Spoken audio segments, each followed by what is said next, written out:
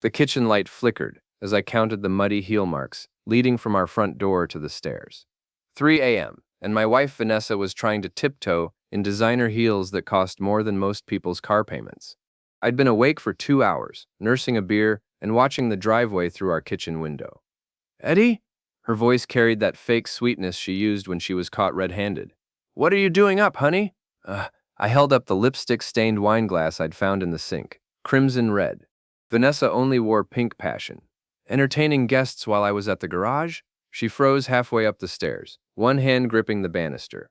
Her black dress was wrinkled, and there was a suspicious stain on the hem that definitely wasn't from our kitchen. "It was just a girls' night, Eddie. You know how Tara gets with her makeup everywhere." Tara Morrison, her hairdresser friend, was pushing 60 and hadn't worn red lipstick since the Clinton administration. But I just nodded, taking another sip of my beer. "Sure, babe. Girls' night." The next morning, I was under the hood of Mrs. Patterson's Honda when my phone buzzed with a video call notification. Vanessa's voice echoed from our kitchen, where she'd left her laptop open. "I swear, Kelsey, he's driving me insane," Vanessa was saying to her work friend. "Eddie can't even satisfy me anymore, let alone provide for me properly. I mean, look at this kitchen. It's from 1995. I'd renovated that kitchen myself last spring, spending 3 months of weekends installing custom cabinets and granite countertops. The same kitchen where she was currently badmouthing me to her corporate friends. Maybe it's time to upgrade." Kelsey's voice crackled through the laptop speakers. "You deserve better, V." I wiped my hands on my coveralls and walked into the house. Vanessa was facing the laptop, coffee mug in hand, completely absorbed in her character assassination session. "Eddie," she snapped when she saw me. "I'm in a meeting." "Just grabbing lunch money," I said, pulling out my wallet. I made sure to count out 320s slowly, deliberately. "Wouldn't want to disappoint you with my inability to provide." Her face went white. On the laptop screen, I could see Kelsey and 2 other women from Vanessa's tech company staring at me with barely concealed pity. "Ladies," I nodded to the screen, then looked directly at my wife. "Satisfaction guaranteed, right, honey?" I left her sitting there, mouth agape, and headed back to the garage. But not before I'd spotted something interesting. Vanessa's purse, unzipped on the counter, with the corner of a phone I'd never seen before peeking out. That evening, while Vanessa was in her marathon shower routine, I examined the burner phone. The text history was a goldmine of betrayal. Messages to someone named Chad Lohman, complete with hotel confirmations, explicit photos, and detailed plans for their next business meeting. Chad Lohman. I knew that name. He was the regional sales director for some medical device company, drove a white Tesla, and had been sniffing around town for the past 3 months. Apparently, he'd found exactly what he was looking for. I forwarded everything to my personal email, then factory reset the phone and placed it back in Vanessa's purse. She'd assume she'd accidentally wiped it, probably blame it on a software update. As I heard the shower turn off upstairs, I opened a beer and started planning. Vanessa wanted satisfaction? She was about to get more than she bargained for. Jimmy Kowalski had been my mechanic for 8 years, and in all that time, he'd never asked unnecessary questions. When I told him we were going to follow my wife to her client dinner the next evening, he just grabbed his jacket and climbed into my pickup truck. "Boss," he said as we watched Vanessa's red Camaro pull into the parking lot of the Riverside Inn. "You sure about this?" Chad Lohman was already waiting by his Tesla, checking his reflection in the driver's side window. Even from 50 yards away, I could see his smug smile as Vanessa walked toward him, hips swaying in that deliberate way she used when she wanted something. "Oh, I'm sure," I muttered, watching them disappear into the hotel. "Question is, how long do you think it takes to conduct a business meeting in a hotel room?" "Depends on the business," Jimmy replied with a grin. 2 hours later, they emerged, Vanessa adjusting her dress and Chad looking like he'd just won the lottery. They kissed goodbye in the parking lot, right under the security camera I'd noticed earlier. "Jimmy, tomorrow morning, I need you to make a delivery to the Riverside Inn. Ask for their security footage from tonight. Tell them there was a hit and run in their parking lot around 9 p.m., and you're trying to help identify the vehicles involved." "What if they ask for a police report?" "They won't. Just flash some cash and mention you're trying to help a friend's insurance claim." The next morning, while Vanessa was at her yoga class, I made my own delivery to Chad Lohman's rental house on Elm Street. The Tesla was sitting in the driveway, charging port open like a mouth waiting to be fed. I'd brought supplies, 5 pounds of raw shrimp from the fish market, a tube of industrial adhesive, and a can of pink spray paint. The shrimp went into the car's ventilation system. The adhesive sealed the charging port shut, and the spray paint left a message across the windshield. Satisfaction guaranteed. Edie's Auto Repair. By noon, the whole town was talking about the mysterious prank. Mrs. Dalrymple, our 70-year-old neighbor who knew everyone's business before they did, was practically vibrating with excitement when she cornered me at the hardware store. "Eddie Frawley, someone really did a number on that fancy car over on Elm Street," she said, eyes twinkling. "You wouldn't know anything about that, would you, Mrs. D? I'm just a simple mechanic, though I did hear the owner's been making some enemies around town. Something about him getting too friendly with married women." Her eyebrows shot up. "Married women? Well, I never. Though now that you mention it, I did see him having lunch with Vanessa Morrison last week. Seemed awfully cozy for a business meeting." "Vanessa Frawley," I corrected gently. "She's my wife, remember?" Mrs. Dalrymple's mouth formed a perfect O of understanding. Within an hour, half the town would know that Chad Lohman was messing around with married women, and the other half would know exactly which married woman. That afternoon, Chad stormed into my garage, his expensive suit wrinkled and his face red with anger. The smell of rotting shrimp clung to him like cologne. "You son of a bitch," he shouted, pointing a manicured finger at me. "You destroyed my car." I looked up from the engine I was working on, wrench in hand. "I'm sorry, do we know each other?" "Don't play dumb with me, Frawley. I know it was you." "Mister, I have no idea what you're talking about. But if someone vandalized your vehicle, maybe you should call the police. Though I have to say, you might want to think about why someone would target you specifically." Jimmy emerged from under a car, grease-stained and grinning. "Everything okay, boss?" "This gentleman seems to think someone played a prank on his car," I said. "I was just suggesting he might want to examine his recent behavior and see if he's made any enemies." Chad's face went from red to purple. "You think you're clever? You have no idea who you're messing with." "Actually, I think I have a pretty good idea," I replied, setting down my wrench. "You're Chad Lohman, Regional Sales Director for MedTech Solutions. You drive a white Tesla, Model S, license plate CHD 2021. You've been in town for 3 months, staying at the rental on Elm Street. You like married women, expensive restaurants, and apparently you don't like the smell of seafood." His mouth fell open. Behind him, 2 customers who'd been waiting for their cars were listening with obvious interest. "How did you, small town, Chad? Everyone knows everyone's business. The question is, what business do you have with my wife?" He turned and stalked out without another word, but not before I heard one of the customers whisper to the other, "That's the guy who's been messing around with Eddie's wife? What a piece of work." Vanessa came home that night with her game face on, but I could see the cracks in her composure. She'd heard about Chad's car, probably from Chad himself, and she was trying to figure out how much I knew. "Someone vandalized a car downtown today," she said casually, opening a bottle of wine. "Some out-of-town businessman. Terrible thing." "Yeah, I heard about that," I replied, not looking up from my newspaper. "Apparently, the guy's been making enemies. Something about inappropriate behavior with local women." Her hand paused on the wine bottle. "What kind of inappropriate behavior?" "Oh, you know how people talk. Married women, hotel rooms, that sort of thing." Mrs. Dalrymple was telling everyone at the hardware store. Vanessa's face went pale. Mrs. Dalrymple was better than the local newspaper when it came to spreading information. "I'm sure it's just gossip," she said weakly. "Probably, though I did hear the guy confronted me at the garage today, accusing me of vandalizing his car. Strange thing was, he seemed to know an awful lot about my personal life for a complete stranger." I folded the newspaper and looked directly at her. "Almost like someone's been talking about me behind my back." The next morning, I implemented phase 2 of my plan.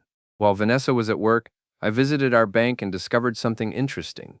She'd been using our joint credit card to pay for hotel rooms, expensive dinners, and gifts I'd never received. All perfectly legal, since it was a joint account, but definitely grounds for freezing the cards until we could discuss our financial situation. I also changed the locks on our house, not to keep her out permanently, but to make a point. When she came home that evening, she found a note taped to the front door. "Keys are at the garage. We need to talk, Eddie." She arrived at the garage 20 minutes later, furious and humiliated. "You changed the locks? Are you insane?" "Just being cautious," I said, continuing to work on the car in front of me. "Seems like there's been some unusual activity on our credit cards." hotel charges, restaurant bills for 2 people when I was working. Thought maybe someone had stolen your card. Those were business expenses. Funny thing about that, I said, wiping my hands on a rag. I called your company today to ask about their expense reimbursement policy. Turns out, they don't cover hotel rooms for local meetings, or romantic dinners, or gifts for clients. Vanessa's mouth opened and closed, like a fish out of water. Here's what's going to happen, I continued. You're going to stop lying to me, stop using our money to finance your affair, and start showing some respect for our marriage. Or you can move in with your boyfriend and see how long his interest lasts when you're not forbidden fruit anymore. You can't do this, Eddie. Half of everything is mine. You're absolutely right. Half of our debt, half of our mortgage, half of our car payments. Hope Chad's ready to take on a business partner. I tossed her the house keys. Think about it, Vanessa. But think fast. My patience is running out. That weekend was the annual Riverside Fall Festival, and I'd volunteered to help set up the sound system. It was the perfect opportunity to test some new equipment I'd borrowed from my friend Dave, who ran a DJ service on weekends. The festival was always the biggest social event of the year, with the whole town turning out for food, games, and gossip. This year, I planned to give them something extra to talk about. I'd spent the week editing together a special audio montage, Vanessa's voice from her laptop meeting, talking about how I couldn't satisfy her, mixed with some choice excerpts from Chad's text messages that I'd saved from the burner phone. Nothing too explicit, but enough to paint a clear picture of what had been going on. Saturday afternoon, the festival was in full swing. Families were enjoying the carnival rides, teenagers were showing off at the ring toss, and the local politicians were working the crowd.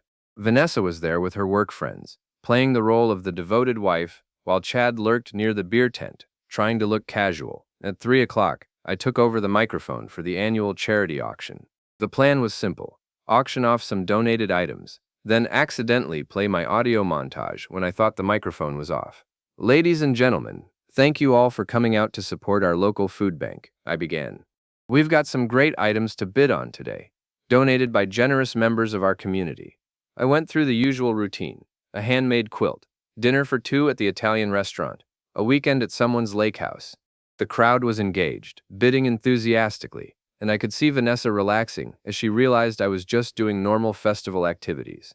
Then came the moment I'd been waiting for. All right, folks, that concludes our auction. Let me just turn off this microphone, and I pretended to fumble with the equipment, then stepped back as if I thought the microphone was off. Instead, I triggered the playback of my carefully edited audio file. Vanessa's voice rang out across the festival grounds, crystal clear through the powerful sound system. Eddie can't even satisfy me anymore, let alone provide for me properly. I mean, look at this kitchen. It's from 1995. The crowd fell silent, heads turning to locate the source of the voice. I made a show of frantically trying to fix the equipment while the audio continued. Chad's voice joined in, reading from one of his text messages. Your husband sounds like a real loser, babe. You deserve so much better. Can't wait to show you what a real man can do. By now, everyone had figured out what was happening. I could see Vanessa pushing through the crowd, her face crimson with embarrassment and rage. Chad had disappeared entirely, probably heading for his car. The final clip was Vanessa again, from a conversation I'd recorded on her laptop the day before. Chad's taking me to New York next weekend. Eddie thinks I'm at a work conference, but really we're going to that boutique hotel in Manhattan. I can't wait to get away from this pathetic small-town life. I finally managed to turn off the microphone, but the damage was done. 300 people had just heard my wife and her boyfriend discussing their affair in intimate detail. Sorry about that, folks, I called out, as if the whole thing had been a technical malfunction. Looks like someone left some audio files on the system by mistake. But nobody was buying it, and I wasn't trying very hard to sell it. The crowd was buzzing with excitement. Phones were out recording everything, and I could see Mrs. Dalrymple practically bouncing with glee at having front-row seats to the scandal of the century. Vanessa finally reached the stage, her face twisted with fury. You bastard, she screamed, loud enough for everyone to hear. You planned this. Planned what? I replied innocently. Technical difficulties happen, honey. Maybe you should be more careful about what you say when you think nobody's listening. She lunged at me, but Jimmy and Dave caught her arms before she could connect. I'll destroy you for this, she shouted as they led her away from the stage. I'll take everything you have. Satisfaction guaranteed, I called after her, and the crowd erupted in nervous laughter. The aftermath of the festival incident was everything I'd hoped for, and more. By Sunday morning, the audio clips were circulating on social media, and by Monday, the whole county had heard about Vanessa Frawley's public humiliation. But Vanessa wasn't going down without a fight. She'd spent the weekend at her sister's house, plotting her counterattack, and on Tuesday morning, she showed up at my garage with reinforcements. Tara Morrison, her hairdresser friend, was there for moral support.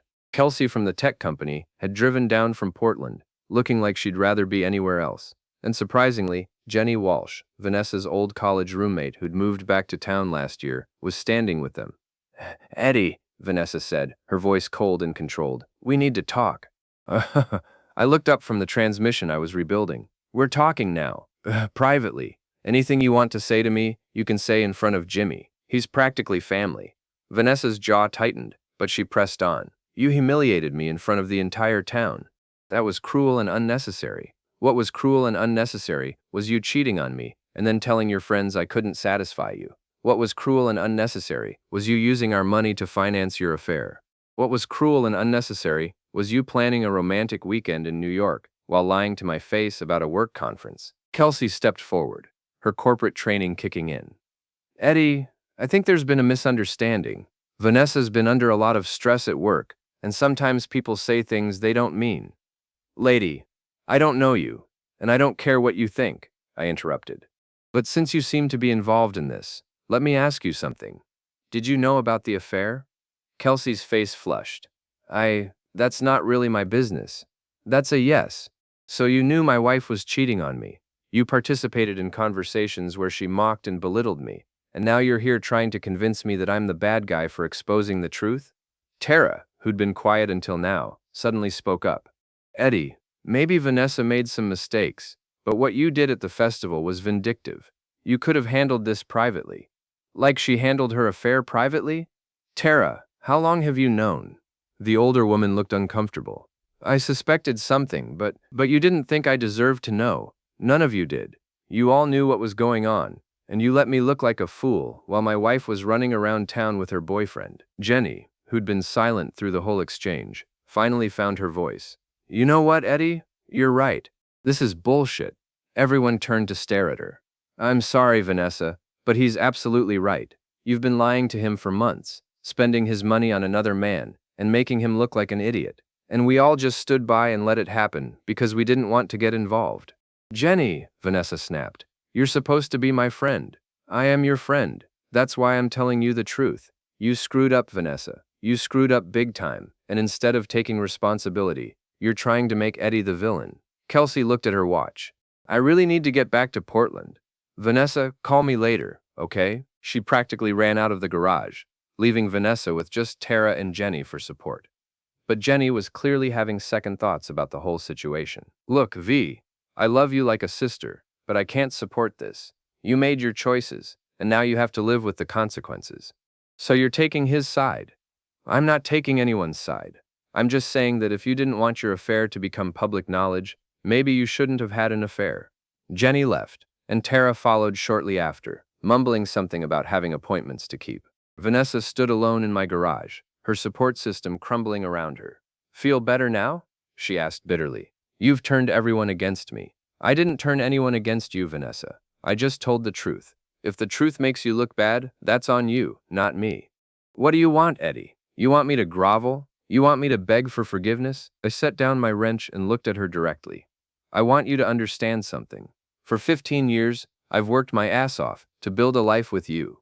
I've supported your career. I've put up with your complaints about our house, our town, our life.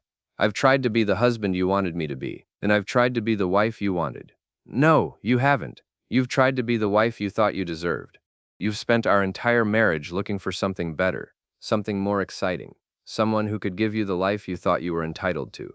And when you found Chad, you didn't have the decency to end our marriage before starting something new." Vanessa's eyes filled with tears, but I wasn't finished. "You want to know what I want?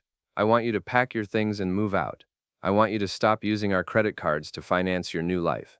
And I want you to understand that there are consequences for your actions. You can't just hurt people and expect them to smile and take it." And if I don't, I smiled, and it wasn't a nice smile. Then you'll find out just how creative I can be when it comes to ensuring customer satisfaction. Vanessa moved out the following weekend, taking only her clothes and personal items.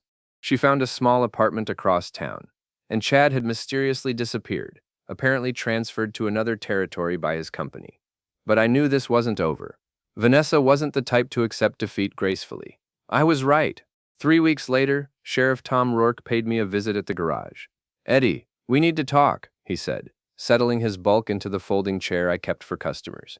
Tom and I had gone to high school together, played football on the same team, and he'd been a regular customer for years. He was also a fair man who didn't like being manipulated.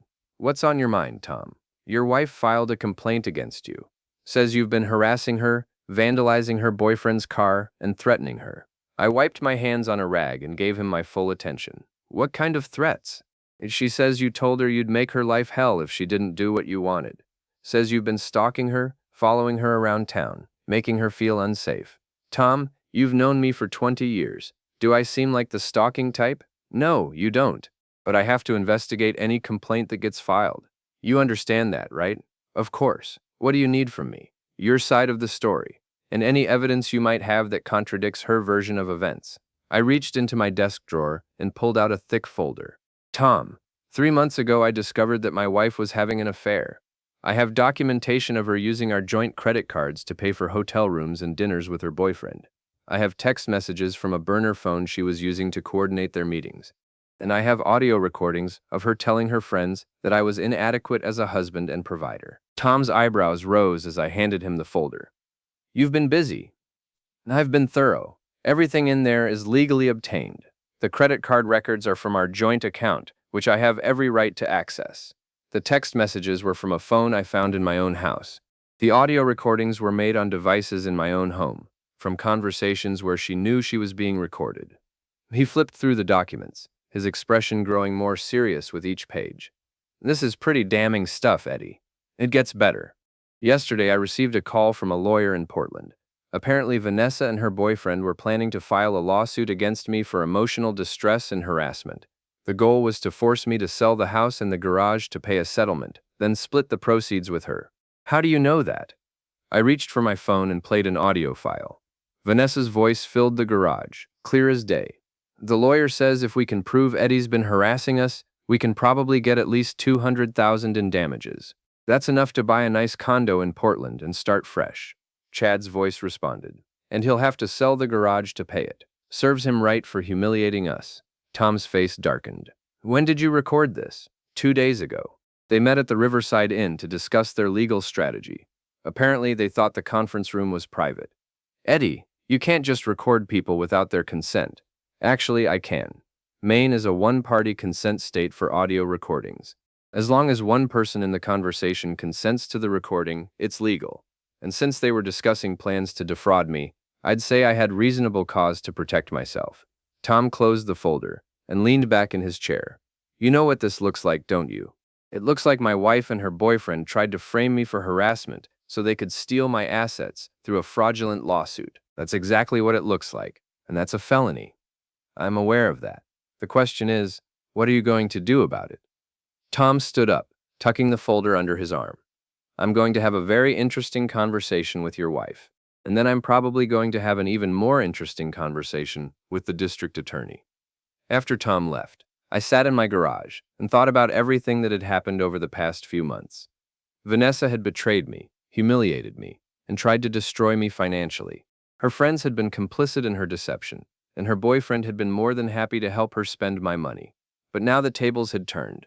Vanessa's affair was public knowledge. Her boyfriend had fled town, her friends had abandoned her, and she was facing potential criminal charges for conspiracy to commit fraud. I should have felt satisfied. I should have felt vindicated. Instead, I just felt tired. My phone rang, interrupting my thoughts. It was Mrs. Dalrymple. "Eddie, dear, I just saw the sheriff leaving your garage. Is everything all right?" "Everything's fine, Mrs. D. Just some routine business." "Well, I hope so. You know, I've been thinking about what happened with Vanessa, and I want you to know that the whole neighborhood is behind you. What she did was shameful, and you handled it with more dignity than she deserved. I appreciate that. There's something else, dear. I saw Vanessa yesterday at the grocery store. She looked terrible. Thin, pale, like she hadn't been sleeping. I almost felt sorry for her. Almost. Well, she made her bed, didn't she? Actions have consequences, as my mother used to say. After I hung up, I realized that Mrs. Dalrymple was right. Vanessa had made her choices, and now she was living with the results. The affair, the public humiliation, the loss of her friends, the potential criminal charges, it was all a direct consequence of her decisions. I hadn't destroyed her life. She'd done that herself. I just made sure the truth came to light. 2 weeks later, Tom Rourke called with an update. Eddie, thought you'd want to know, the DA's office is filing charges against your wife and her boyfriend. Conspiracy to commit fraud, filing false police reports, and attempted extortion. What's that mean in practical terms? Means they're looking at serious jail time if convicted. Vanessa's lawyer is already talking about a plea deal, and the harassment complaint against me dropped. In fact, based on the evidence you provided, it looks like you were the victim, not the perpetrator. I thanked Tom and hung up, then walked outside to where Jimmy was working on a customer's truck. Good news, he asked, looking up from the engine. The best. Vanessa and Chad are being charged with fraud. The harassment complaint against me has been dropped. Jimmy grinned. Couldn't happen to a nicer couple. That evening, I was closing up the garage when a familiar car pulled into the parking lot. Vanessa got out, moving slowly like an old woman. Mrs. Dalrymple had been right. She looked terrible. Her clothes hung loose on her frame. Her hair was unkempt, and there were dark circles under her eyes. Hello, Eddie. Vanessa, heard you've been having some legal troubles. She flinched. I came to apologize. Little late for that, don't you think? I know I hurt you. I know I made terrible choices. But did you have to destroy my entire life? I looked at her for a long moment, this woman I'd been married to for 15 years, who'd shared my bed and my dreams and my bank account, who'd thrown it all away for a few months of excitement, with a man who'd abandoned her the moment things got complicated. Vanessa, I didn't destroy your life. You did that yourself. I just made sure everyone knew the truth about what you'd done. The truth? She laughed bitterly. The truth is that I was unhappy. The truth is that I felt trapped in this small town with a husband who couldn't give me the life I wanted. The truth is that Chad made me feel alive again. And the truth is that instead of talking to me about your unhappiness, instead of asking for a divorce, instead of handling things like an adult, you chose to lie and cheat and steal. You chose to humiliate me in front of your friends. You chose to use our money to finance your affair. And when you got caught, you chose to try to frame me for harassment so you could steal my assets.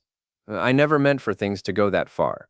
But they did go that far. And now you have to live with the consequences. She was crying now, tears streaming down her face. I've lost everything, Eddie. My job, my friends, my reputation.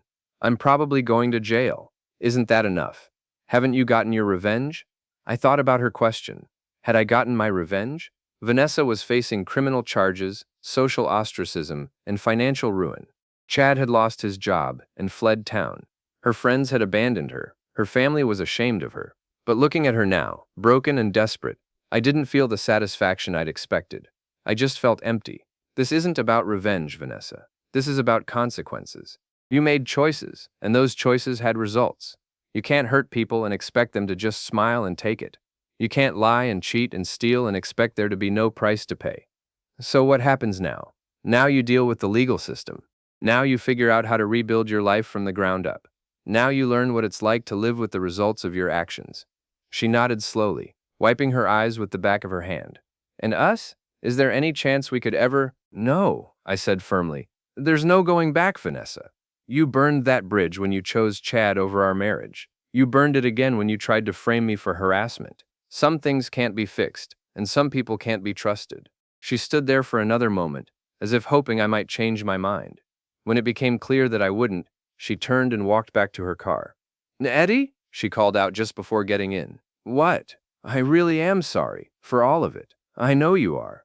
But sorry doesn't change what happened. Sorry doesn't undo the damage. Sorry doesn't give me back the 15 years I wasted on someone who never really loved me. She drove away, and I watched her taillights disappear into the darkness.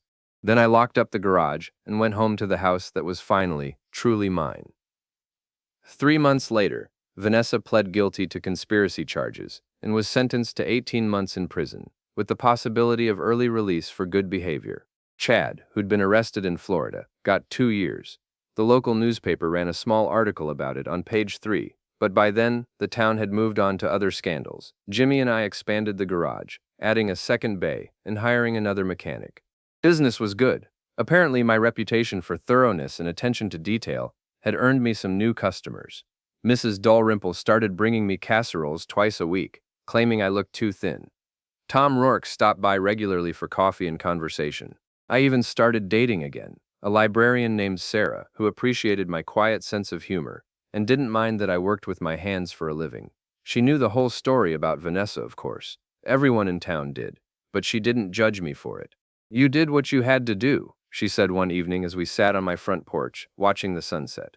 "She betrayed you, and you made sure she faced consequences for her actions. That's not revenge, that's justice." Maybe she was right. Maybe what I'd done was justice, rather than revenge. Maybe Vanessa had gotten exactly what she deserved, and maybe I'd been right to expose her lies and protect myself from her schemes. All I knew for certain was that I could sleep peacefully now, knowing that I'd stood up for myself when it mattered most. I'd refused to be a victim, refused to let someone else's betrayal define my worth, refused to let lies and manipulation go unchallenged. Vanessa had wanted satisfaction, but she'd been looking for it in all the wrong places. Real satisfaction didn't come from affairs or excitement or escape from responsibility. Real satisfaction came from living with integrity, from facing problems honestly, from treating people with respect, and expecting the same in return. I'd learned that lesson the hard way, but I'd learned it completely. And unlike my ex-wife, I had no regrets about the choices I'd made.